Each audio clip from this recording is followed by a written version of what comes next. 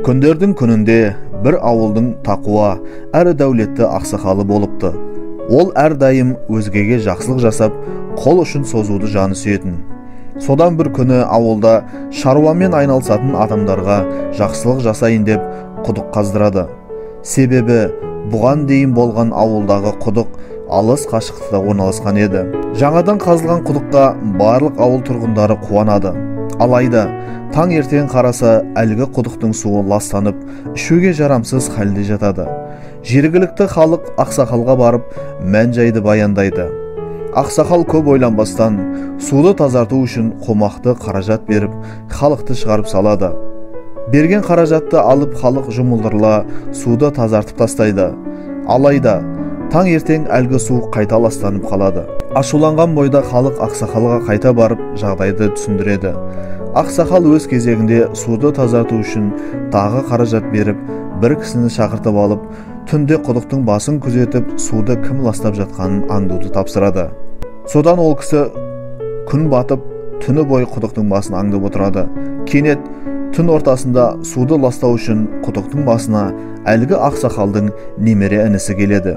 Болған жайды білгеннен кейін кісі дереу ақсақалға барып мән-жайды жеткізеді. Сонда ақсақал: расында туыс адамдар өзгелерден бұрын жақсылық жасауға ең лайықты жандар. Бұл біздер үшін міндет, әрі Аллахтың алдында өте қайырлы.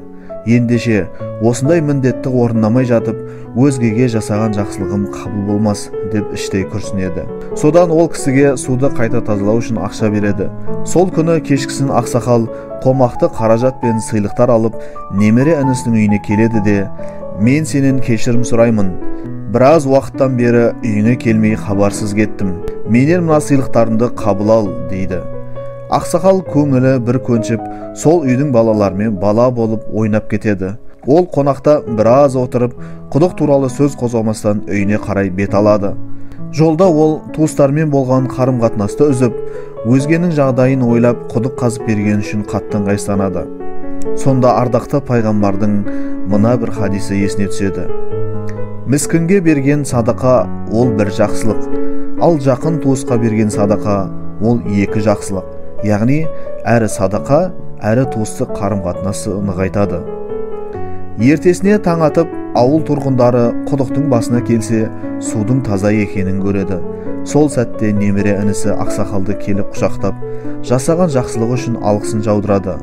Сонда ақсақал туысына жақсылық жасап, әрі өзгенің де көңілін тапқан үшін жаны жадырай түскен екен.